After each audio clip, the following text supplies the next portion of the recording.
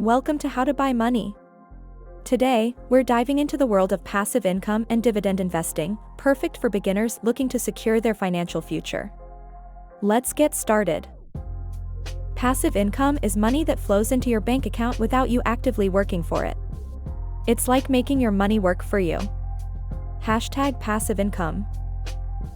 Dividend investing involves buying shares of companies that pay out dividends to their shareholders.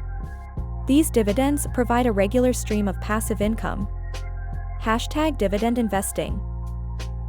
When selecting dividend-paying stocks, look for companies with a history of consistent dividend payments and financial stability. Diversification is key. Spread your investments across different industries to reduce risk.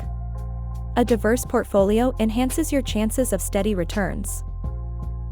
The snowball effect is like compounding interest. Reinvest your dividends to buy more shares, and watch your passive income grow exponentially over time. To succeed in dividend investing, stay informed, stay patient, and stay diversified. It's a marathon, not a sprint. Congratulations! You now have the tools to kickstart your journey into passive income through dividend investing.